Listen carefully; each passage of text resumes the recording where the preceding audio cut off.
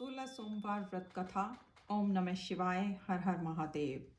मृत्युलोक में विवाह करने की इच्छा करके एक समय श्री भूतनाथ महादेव जी माता पार्वती के साथ पधारे। वहां वे भ्रमण करते करते विदर्भ देशांतर्गत अमरावती नाम की अति रमणीक नगरी में पहुंचे। अमरावती नगरी अमरापुरी के सदृश सब प्रकार के सुखों से परिपूर्ण थी। उसमें वहां के महाराज का बनाया हुआ अति रमणीक शिव जी का मंदिर था। उसमें भगवान शंकर भगवती पार्वती के साथ निवास करने लगे। एक समय माता पार्वती ने प्राणपति को प्रसन्न देख के मनोविनोद करने की इच्छा से बोली, हे महाराज, आज तो हम तुम दोनों चौसर खेलेंगे। शिवजी ने प्राण प्रिया की बात को मान लिया और चौसर खेलने लग गए। उस समय इस स्थान पर मंदिर का पुजारी ब्राह्मण मंदिर में पूजा करने को आया। माता जी ने ब्राह्मण से प्रश्न किया कि पुजारी जी बताइए, इस बाजी में दोनों में किसकी जीत होगी। ब्राह्मण बिना विचारे ही शीघ्र बोल उठा कि महादेव जी की जीत होगी। थोड़ी देर में बाजी समाप्त हो गई और पार्वती जी की विजय हुई। अब तो पार्वती जी ब्राह्मण को झूठ बोलने के अपराध के कारण श्राप देने को उद्यत हो गई। तब महादेव जी पार्वती जी को बहुत समझाया, परंतु उन्होंने ब्राह्मण को कोढ़ी होने का श्राप दे दिया। कुछ समय पश्चात पार्वती जी के श्रापवश पुजारी के शरीर में कोढ़ पैदा हो गया। इस प्रकार पुजारी अनेक प्रकार से दुखी रहने लगा। इस तरह के कष्ट भोगते हुए जब बहुत दिन हो गए तो देवलोक की अप्सराएं शिव जी की पूजा करने उसी मंदिर में पधारी और पुजारी के कष्ट को देख बड़ी दया भाव से उससे रोगी होने का कारण पूछने लगी। पुजारी ने निसंकोच सब बातें उनसे कह दी। वे अप्सराएं बोली, हे पुजारी, अब तुम अधिक दुखी मत होना, भगवान शिव जी तुम्हारे कष्ट को दूर कर देंगे। तुम सब बातों में श्रेष्ठ 16 सोमवार का व्रत भक्ति भाव से करो। तब पुजारी अप्सराओं से हाथ जोड़कर विनम्र भाव से 16 सोमवार व्रत की विधि पूछने लगा। अप्सराएं बोली कि जिस दिन सोमवार हो उस दिन भक्ति के साथ व्रत करें, स्वच्छ वस्त्र पहने, आधा सेर गेहूं का आटा लें, उसके 3 अंगा बनावें और घी, गुड़, दीप, नैवेद्य, पुंगी फल, बेलपत्र, जनेऊ, जोड़ा, चंदन, अक्षत पुष्प आदि के द्वारा प्रदोष काल में भगवान शंकर का विधि से पूजन करें।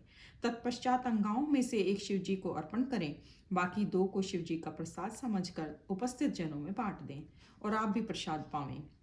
इस विधि से 16 सोमवार व्रत करें। तत्पश्चात 17वें सोमवार के दिन पाव सेर पवित्र गेहूं के आटे की बाटी बनावें, तदनुसार घी और गुड़ मिलाकर चूरमा बनावें और शिव जी का भोग लगाकर उपस्थित भक्तों में बांटें।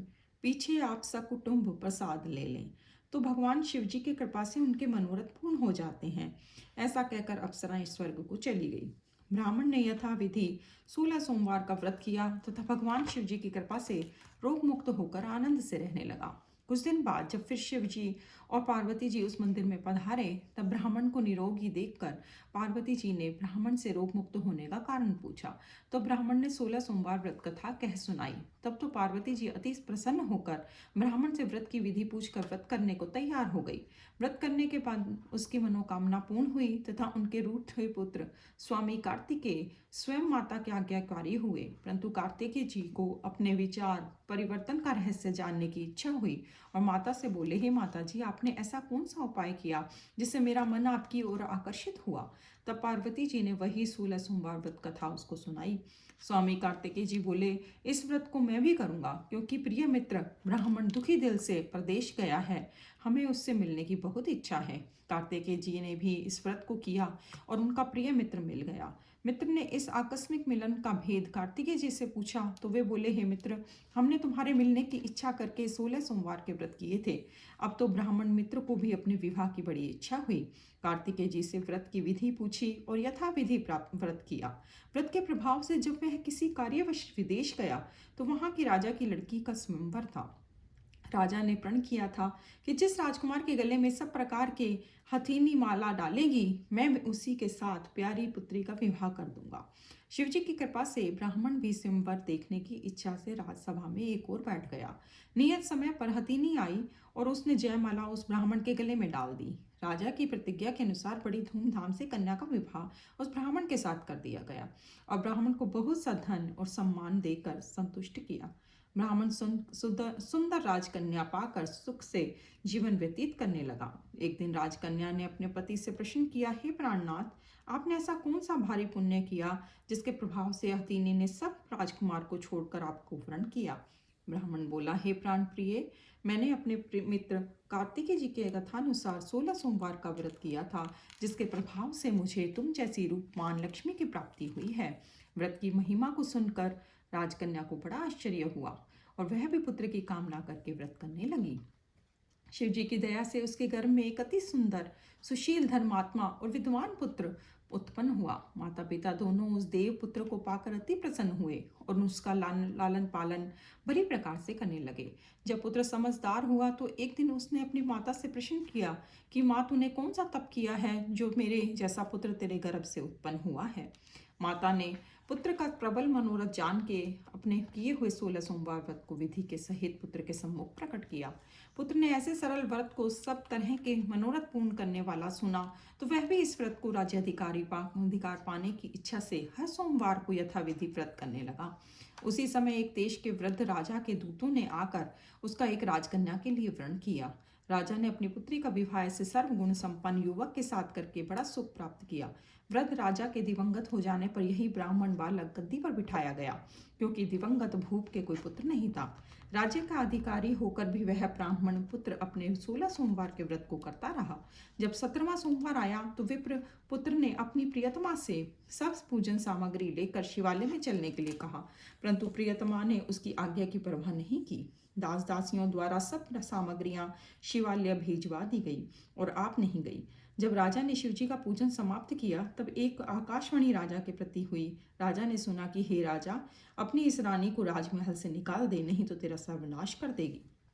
वाणी को सुनकर राजा ने आश्चर्य का ठिकाना ना रहा और तत्काल ही मंत्रणा गृह में जा आकर अपने सभासदों को बुलाकर पूछने लगा कि हे मंत्रियों, मुझे आज शिवजी की वाणी हुई है कि राजा तू अपनी इस रानी को निकाल दे, नहीं तो तेरा सर्वनाश कर देगी। मंत्री आदि सब बड़े विस्मय और दुख में डूब गए, क्योंकि जिस कन्या के साथ राज मिला है, राजा उसी को निकालने का जाल रचता है, ये कैसे हो सकेगा।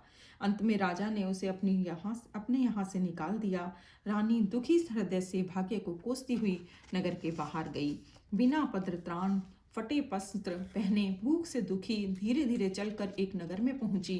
वहां एक बुढ़िया सूत काट कर बेचने को जाती थी। रानी की करुणा दशा देख बोली, चल तू मेरा सूत बिकवा दे, मैं वृद्ध हूँ, भाव नहीं जानती। ऐसी बात बुढ़िया की सुन रानी ने बुढ़िया के सर से सूत की गठरी उतार अपने सर पर रखी।